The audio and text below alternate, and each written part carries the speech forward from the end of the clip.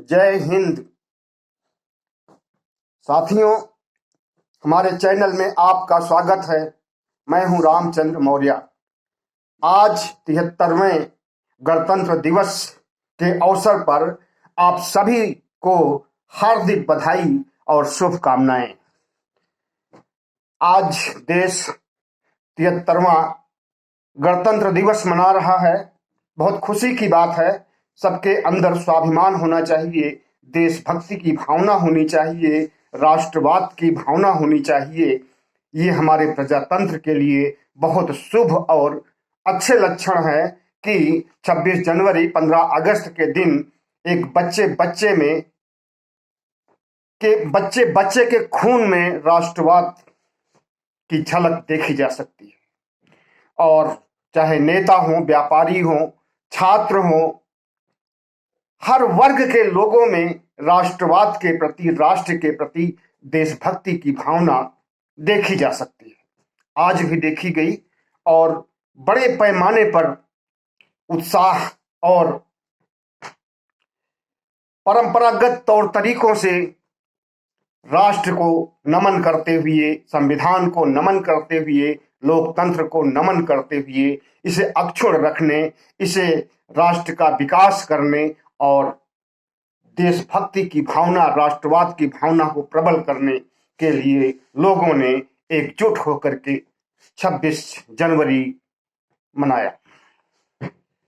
जगह जगह पर स्कूलों में, विद्यालयों में, कॉलेजों में, हर जगह छात्रों ने देशभक्ति के गीत गाए, राष्ट्रगीत गाए, राष्ट्रगान गाए और राष्ट्र के प्रति कृतज्ञता व्यक्त किया।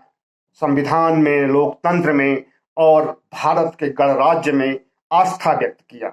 अच्छी बात है, होना चाहिए। लेकिन राजपथ पर जो हुआ, क्या उसे आप सही कह सकते हैं? बिल्कुल सही कह सकते हैं, क्योंकि हमारे प्रधानमंत्री, राष्ट्रपति और जितने भी मंत्रिमंडल के लोग थे, इसके अलावा वीआईपीज, मान्यवर, बहुत से रिटायर्ड लोग राजपथ पर इकट्ठा हुए और राष्ट्र को याद किया, देशभक्ति और राष्ट्रवाद का प्रदर्शन किया। लेकिन साथियों, देखा यह गया कि क्या राष्ट्रवादी देशभक्त सिर्फ सत्ता है, व्यवस्था के लोग हैं, सरकार के लोग हैं, विपक्ष नहीं है?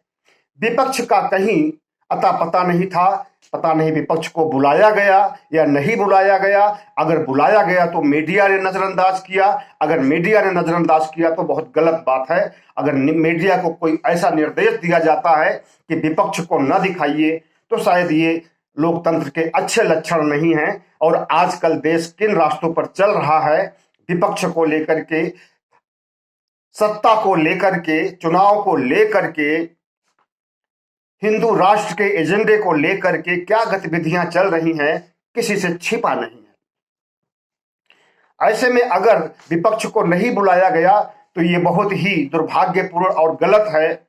और अगर बुलाया गया तो उन्हें भी दिखाया जाना चाहिए था, उन्हें भी शरीक किया जाना चाहिए था, मीडिया द्वारा उनका भी प्रसारण किया जाना चाहिए था। खैर, प्रधानमंत्री को आपने देखा कि आज 26 जनवरी को भी वे चुनावी मूड में दिखे। सिर पर टोपी उत्तराखंड की और उनका मणिपुरी ड्रेस क्या कहता था कि चुनाव है और चुनाव जीतना है। मतलब कि राष्ट्रवाद का प्रदर्शन करते समय एक बड़े पर्व पर, महापर्व पर, गणतंत्र के भी, मतलब इस दिन भी प्रधानमंत्री अपनी चुनावी मुद्रा का प्रदर्शन करें तो इससे क्या साबित होता है कि हमेशा 24 घंटे, रात दिन, 365 दिन चुनावी मूड में रहते हैं। कम से कम 15 अगस्त, 26 जनवरी को तो बख्श दीजिए प्रधानमंत्री जी। और इस तरह का प्रदर्शन करना ठीक नहीं। दूसरी बात, विपक्ष के राज्य जो हैं उसमें से सिर्फ पंजाब को लिया गया, जिनकी झांकी दिखाई गई और विपक्ष के साथ नाइंसाफी की गई। केरल को इनकार कर दिया गया कि केरल से झांकी नहीं लेंगे। तमिलनाडु को इनकार कर दिया गया कि तमिलनाडु से झांकी नहीं लेंगे। बंगाल को, छत्तीसगढ़ को, मतलब विपक्ष के जितने भी राज्य हैं सबको नजरअंदाज किया गया गणतंत्र दिवस के परेड में शामिल करने के लिए।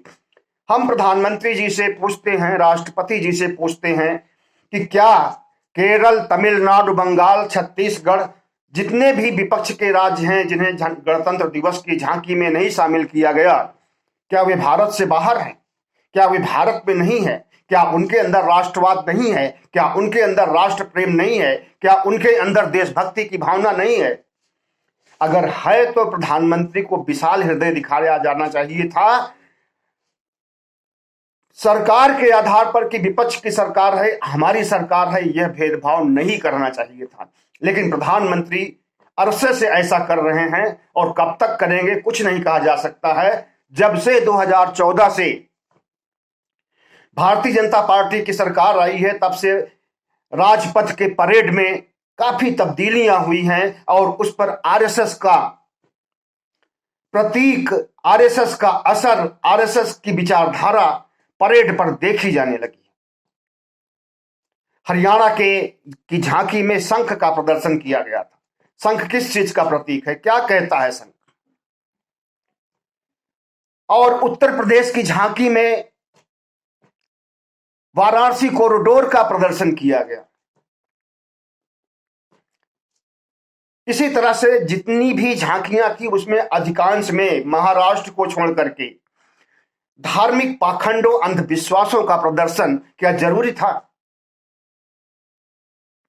एक झांकी में तथागत बुद्ध को दिखाया गया था और वो किसी राज्य की झांकी नहीं थी बल्कि संस्कृति मंत्रालय की झांकी थी, और उसमें अगर नहीं दिखाया जाता तो विदेशों में जो संदेश जाता वो शायद सिर्फ आरएसएस के भगवा संस्कृति के प्रचार के लिए संदेश जाता। इस मजबूरी से और इस आलोचना से बचने के लिए तथागत बुद्ध को दिखाया गया था, और वो भी थोड़ी देर के लिए। साथियों, आज के दिन न तो प्रधानमंत्री को भेदभाव करना चाहिए था और न जनता को, न विपक्ष को। आज का दिन ऐसा है कि इस दिन सबको इकट्ठा होकर के लोकतंत्र के इस महापर्व को मनाना चाहिए था। लेकिन काश ऐसा होता। हमारे प्रधानमंत्री जी हमेशा अपनी विचारधारा, आरएसएस की विचारधारा, भगवा विचारधारा के समर्थक रहे हैं शुरू से, आज भी हैं और आगे भी रहेंगे। और उसी विचारधारा के तहत अगर राजपथ पर प्रदर्शन करेंगे, 15 अगस्त में लाल किला के सामने प्रदर्शन करेंगे, तो ये अच्छी बात नहीं है राष्ट्र की सेहत के लिए, राष्ट्र की राष्ट्रीय भावना के लिए और राष्ट्रवाद के लिए। तो साथियों, जिस तरह से हिंदू धर्म का प्रदर्शन किया जा रहा है, भारत एक धर्मनिरपेक्ष गणराज्य है और अगर धर्म को दिखाना है तो सारे धर्मों को दिखाइए। इस्लाम धर्म को क्यों छोड़ दिया गया? क्यों नहीं बड़ी मस्जिदों को दिखाया गया और मुल्ले मालवियों को भी दिखाया गया? सिर्फ हिंदू धर्म का प्रदर्शन करना क्या अच्छी बात है? क्यों नहीं ईसाइयों का दिखाया गया? क्यों नहीं मदर टेरेसा पर कोई ऐसी झांकी दिखाई गई जिससे कि दूर दूर तक दुनिया के देशों में संदेश जाता कि भारत एक धर्मनिरपेक्ष राष्ट्र है और वहां पर सभी धर्मों की कद्र की जाती है। खास करके मदर टेरेसा जैसी महान हस्ती को भी सम्मान दिया जाता है, उनकी इज्जत की जाती है और उन्हें राष्ट्रवाद में, अपनी राष्ट्रीय विचारधारा की मुख्य धारा में माना जाता है। लेकिन ऐसा नहीं हुआ। प्रधानमंत्री जी हमेशा आप चुनावी मूड में रहते हैं, ये बहुत गलत बात है। आप चुनावी राजनीति कर रहे हैं तो चुनाव तो खैर आपको करना ही है, चुनावी मूड में रहना ही है, लेकिन 24 घंटे हर वक्त और राष्ट्रीय पर्व के दिन भी आप चुनावी मूड में रहें और उसी ढंग से वेशभूषा पहने और उसी ढंग से प्रचार की मुद्रा में रहें, तो ये अच्छी बात नहीं है। आगे से आपको इस पर ध्यान देना चाहिए कि ऐसा कोई संदेश नहीं जाना चाहिए प्रधानमंत्री की तरफ से, राष्ट्रपति की तरफ से, कि लगे कि वो किसी के साथ भेदभाव कर रहा है, चाहे वो विपक्ष हो, चाहे वो भारत की संस्कृति हो, चाहे वो भारत के धर्म हो, किसी के साथ कोई भेदभाव नहीं होना चाहिए। सबको समानता का अवसर है और सबको समान रूप से एक आंख से देखना चाहिए। साथियों, इस 73वें गणतंत्र दिवस में एक बड़ी अच्छी चीज देखने को आई और ताज्जुब की बात भी है कि विराट नाम का एक घोड़ा, जो प्रतिभा पाटिल जब राष्ट्रपति थी तब से भारत सरकार या भारत राष्ट्र की सेवा कर रहा था और वो हमेशा राष्ट्रपति के अंगरक्षकों में अगुवाई करता था, सभी घोड़ों की या पूरी राष्ट्रपति की पलटन को। आज वो रिटायर्ड हो रहा है। विराट 21 साल का हो गया है और आज उसकी रिटायरमेंट है।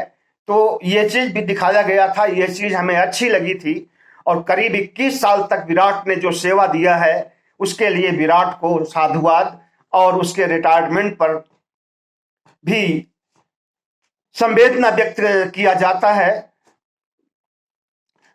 साथियों, जिस तरह से आज का गणतंत्र दिवस रहा, अच्छा ही था। कई प्रांतों की झांकियां दिखाई गई, विकास के बारे में बताया गया, लेकिन आधुनिक टेक्नोलॉजी के बारे में या कोरोना से संबंधित महामारी के उन्मूलन के बारे में अगर कोई झांकी में थोड़ा सा भी प्रदर्शन होता तो इससे लगता कि हाँ, सरकार महामारी के उन्मूलन के लिए कारगर रूप से सोच रही है और ये दूर तक संदेश जाता इसका कि बहुत कुछ किया जा रहा है या ये महामारी से निपटने के लिए पूरे वैश्विक स्तर पर क्या प्रयास हो रहे हैं, इस पर भी कुछ होना चाहिए था। और दूसरी बात यह है कि आज के गणतंत्र दिवस में राष्ट्र के सभी गणमान्य को बुलाया जाना चाहिए था। बहुत कम संख्या थी आज के। अब इसकी वजह कोविड है, तो कोविड की वजह से हमने देखा कि बहुत सी जगहें खाली पड़ी हुई हैं। क्या उन जगहों पर गणमान्य लोगों को नहीं बुलाया जा सकता था, बैठाया नहीं जा सकता था, उसके लिए इंतजामात नहीं किए जा सकते थे। लेकिन जब एक बहाना मिल जाए कोविड का, तो ऐसे में गणमान्य लोगों को, देश के राज्यपालों को, मुख्यमंत्रियों को और जितने भी गणमान्य हैं, वीआईपीज हैं, सबको सम्मान देना चाहिए था, सबको बुलाया जाना चाहिए था। यह राष्ट्र सबका है, सिर्फ प्रधानमंत्री राष्ट्रपति का ही नहीं है। और इस आज के दिन सबको एकजुट होकर के एक दूसरे से को शुभकामनाएं देना चाहिए था। राष्ट्र के प्रति संवेदना और राष्ट्र के प्रति सदिच्छा, देशभक्ति का इजहार किया जाना चाहिए था। तो साथियों, बहुत बहुत धन्यवाद। फिर से आपको 73वें गणतंत्र की बधाई और ढेरों शुभकामनाएं। बहुत बहुत धन्यवाद।